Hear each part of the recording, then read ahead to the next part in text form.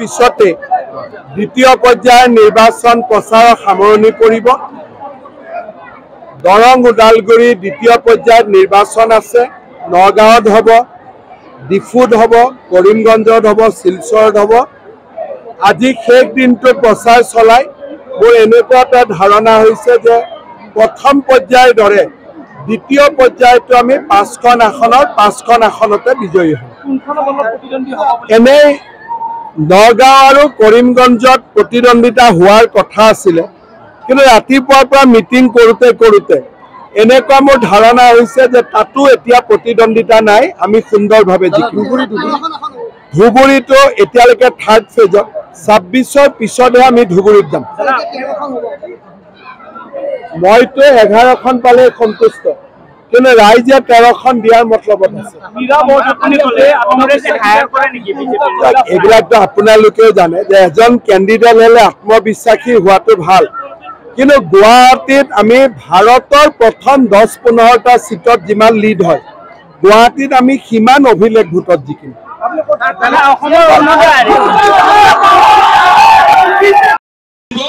Dilip Saikia election জিকিব, election Dilip Saikia জিকিব, কিন্তু ভিটামিন মই পাম, আশীৰ্বাদ মই পাম, আৰু সেই আশীৰ্বাদত দুগুণ উৎসাহেৰে সৈতে আমি কাম কৰি আগুৱাই যাম।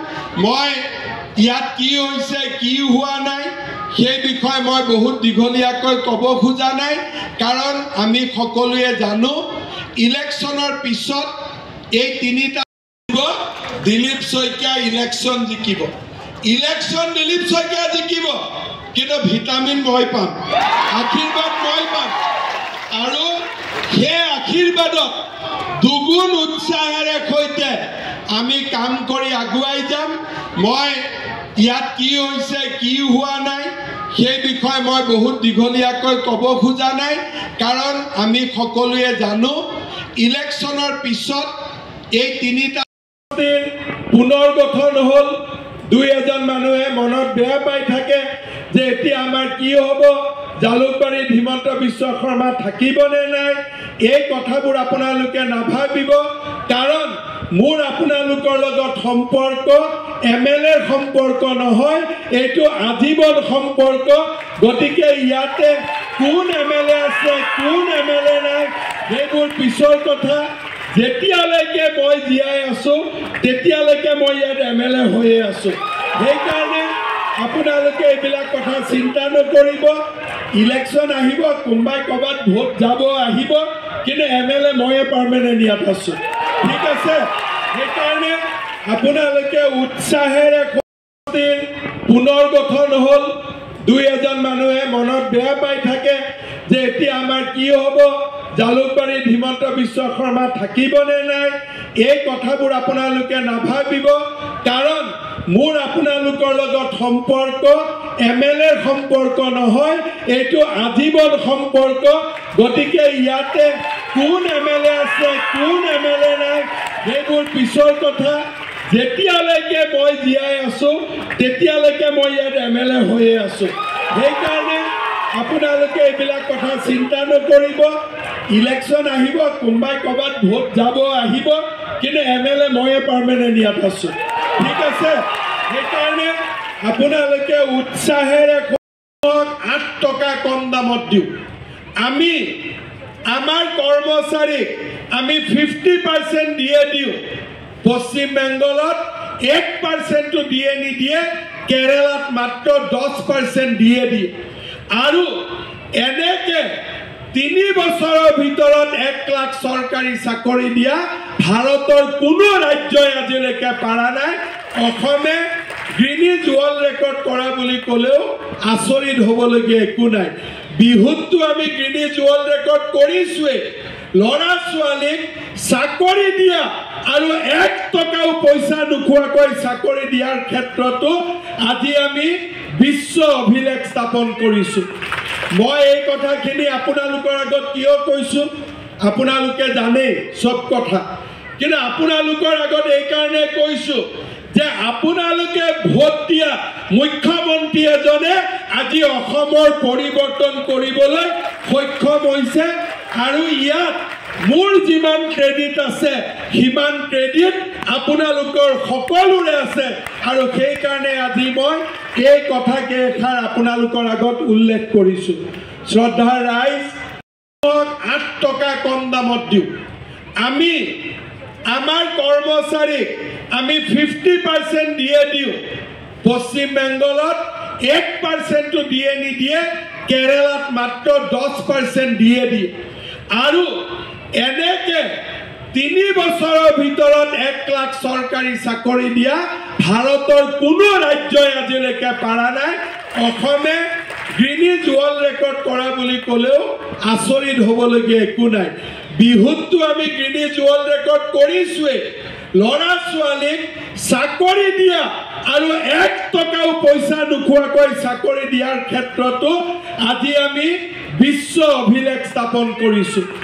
মই এই কথাখিনি আপোনালোকৰ আগত কিয় কৈছো আপোনালোকে জানে সব কথা কিন্তু আপোনালোকৰ আগত এই কাৰণে কৈছো যে আপোনালোকে ভোট দিয়া মুখ্যমন্ত্ৰী এজনে আজি অসমৰ পৰিৱৰ্তন কৰিবলৈ সক্ষম হৈছে আৰু ইয়াত মোৰ যিমান ক্ৰেডিট আছে সিমান ক্ৰেডিট আপোনালোকৰ সকলোৰে আছে আৰু সেই কাৰণে আজি মই এই কথাকে এষাৰ আপোনালোকৰ আগত উল্লেখ কৰিছো শ্ৰদ্ধা ৰাইজ তাৰ ঘৰত এটাও চৰকাৰী চাকৰি নাই তাক আমি পৰীক্ষাত 10 নম্বৰ আমি এনে দি দিম যাতে চাকৰি নাথাকা পৰিয়ালৰ ঘৰতো চাকৰি পাব পাৰে ভাৰতত কোনো এইবিলাক কথা চিন্তা নকৰে পৰীক্ষা ৰিজাল্ট দিয়ে এটা ঘৰতে 3টাই চাকৰি পায় কাখৰ মানুহজনৰ ঘৰত চাকৰি নাই আমি কৈছো ঠিক আছে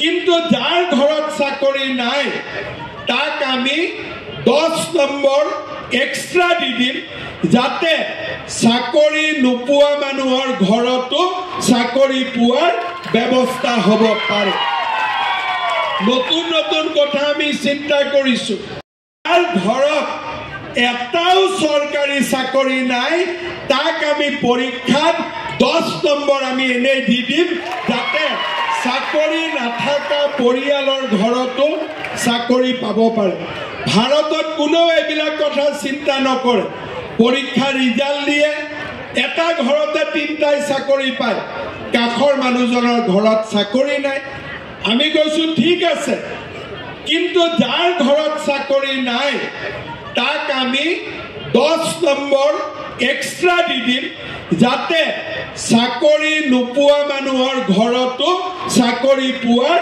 ব্যৱস্থা হ'ব পাৰে নতুন নতুন কথা আমি চিন্তা কৰিছো 50,000 চৰকাৰী চাকৰি দিয়াৰ বাবে আমি সিদ্ধান্ত গ্ৰহণ কৰিছো মাটি বাৰীৰ কাম কাজ আগতকৈ ধুনীয়াকৈ হ'ল বসুন্ধৰা 1 বসুন্ধৰা 2 যিমান মানুহৰ ম্যাদী পট্টা নাছিলে লাহে লাহে আমি মানুহৰ পট্টা মেদি কৰিব পাৰিছো আৰু চৰকাৰী কাম কাজ অসুবিধা নোহোৱাকৈ কৰিব পাৰিছো আগত মানুহৰ 50,000 চৰকাৰী চাকৰি দিয়াৰ বাবে আমি সিদ্ধান্ত গ্ৰহণ কৰিছো মাটি বাৰীৰ কাম কাজ আগতকৈ ধুনীয়াকৈ হ'ল বসুন্ধৰা 1 বসুন্ধৰা 2 যিমান মানুহৰ ম্যাদী পট্টা নাছিলে লাহে লাহে আমি মানুহৰ পট্টা মেদি কৰিব পাৰিছো আৰু চৰকাৰী কাম কাজ অসুবিধা নোহোৱাকৈ কৰিব পাৰিছো আগত মানুহৰ অসমৰ কলেজত পঢ়ি এই অনুষ্ঠানবিলাকত যোগ দিব পাৰে আজি অসমৰ কলেজত পঢ়ি এই অনুষ্ঠানবিলাকত যোগ দিব পাৰে আজি অসমত আমি দলঙত উঠিলে সিধা সিধি গৈ আমি ফাঁচী বজাৰত আহি উপস্থিত হ'ম আমাৰ গুৱাহাটী যাবৰ কাৰণে বেজেৰাৰ পৰা ডিচেম্বৰ মাহৰ ভিতৰত ফাঁচী বজাৰ গণি গণি আমি 20 মিনিটৰ ভিতৰত গৈ পামগৈ তেনেকুৱা পৰিৱেশ আজি নতুন নতুন শিক্ষানুষ্ঠান আহিলে ইলেকশ্যনৰ মডেল কোড অফ কণ্ডাক্ট দিয়াৰ 7 দিন আগতে প্ৰধানমন্ত্ৰী ডাঙৰীয়াই অসমৰ কাৰণে ইণ্ডিয়ান ইনষ্টিটিউট অফ মেনেজমেণ্টটো তেওঁ অনুমোদন কৰিলে। অৰ্থাৎ এতিয়া আমাৰ অসমত IITও আছে, এইমছো আছে, IIMও স্থাপন হ'ব, ফৰেনচিক ইউনিভাৰ্চিটি। আমাৰ অসমত এনেকুৱা শিক্ষানুষ্ঠান নাই যি শিক্ষানুষ্ঠান ভাৰতৰ আন ৰাজ্যত আছে আৰু অসমত নাই। অসমত আমি চৰকাৰী চাকৰি বিচাৰিছিলোঁ, যিহেতু উদ্যোগ নাছিলে আমি চৰকাৰী চাকৰি বিচাৰিবৰ কাৰণে আমি বাধ্য হৈছিলোঁ। আমাৰ বহুত ডেকা ল'ৰা ছোৱালী বাংগালোৰ, কৰ্ণাটক, হায়দৰাবাদত চাকৰি বিচাৰি তেওঁলোক অসমৰ পৰা গুচি গৈছিল। এতিয়া আমি অসমত কি কৰিব খুজিছোঁ? Semi conductor industry. Semi conductor মানে কি? আমি যে মোবাইলত কথা পাতোঁ, আমি যে গাড়ী চলাওঁ, তাত এখন মাদাৰ বৰ্ড থাকে, চিপছ। সেই চিপছখন যেনেকৈ আমাৰ বিলত দলং সম্পূৰ্ণ হ'ল, এই 2024 চনৰ ডিচেম্বৰ মাহৰ ভিতৰত গুৱাহাটী, উত্তৰ গুৱাহাটীৰ দলঙো আমি সম্পূৰ্ণ কৰি পেলাম। অৰ্থাৎ বেজেৰাৰ পৰা আমি যদি গুৱাহাটী 2টা বজাতো ঘৰৰ ল'ৰা যদি ঘৰলৈ উভতি অহা নাই, মাক বাপেকে ভয় নাখায়, ভাবে ক'ৰবাত ফাংচন চাব গৈছে, ঘূৰি আহিব। আগতে ৰাতি 2টা বজালৈকে যদি নাহে, মাক বাপেকে ইজনে সিজনক ফোন কৰিব, টিভি চাব, ক'ৰবাত কিবা ঘটনা ঘটিছে নেকি। পৰিৱৰ্তন হ'ল। মিলি আমি অসমখনক নতুনকৈ গঢ় দিব লাগিব।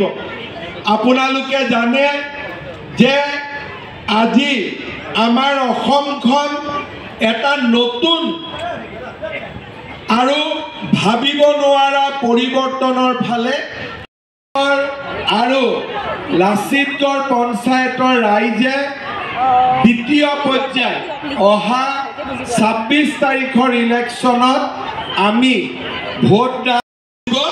দিলীপ শইকীয়া ইলেকশ্যন জিকিব। ইলেকশ্যন দিলীপ শইকীয়া জিকিব, কিন্তু ভিটামিন মই পাম, আশীৰ্বাদ মই পাম।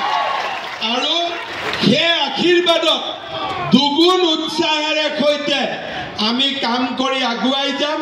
মই ইয়াত কি হৈছে কি হোৱা নাই সেই বিষয়ে মই বহুত দীঘলীয়াকৈ ক'ব খোজা নাই, কাৰণ আমি সকলোৱে জানো ইলেকশ্যনৰ পিছত এই 3টা পুনৰ গঠন হ'ল।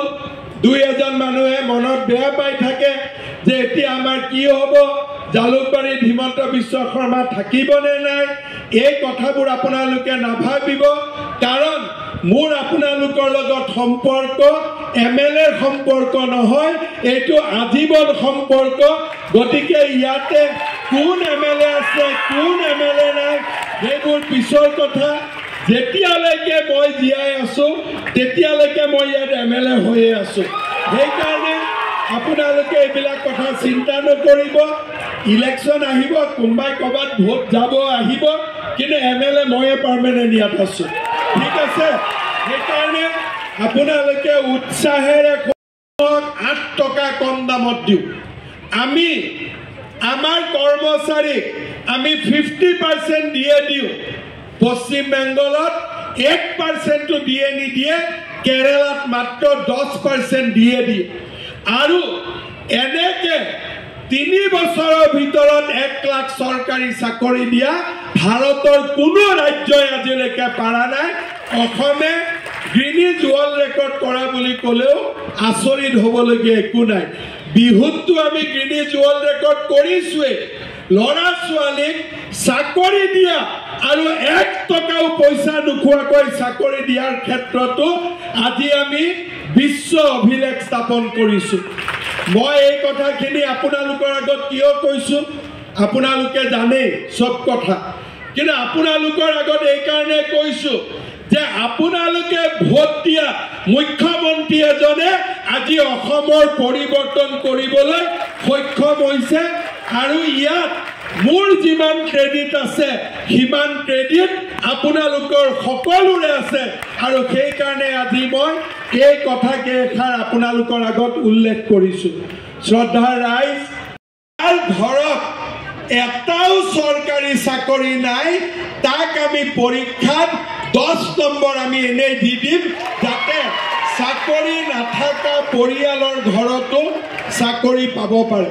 ভাৰতত কোনেও এইবিলাক কথা চিন্তা নকৰে।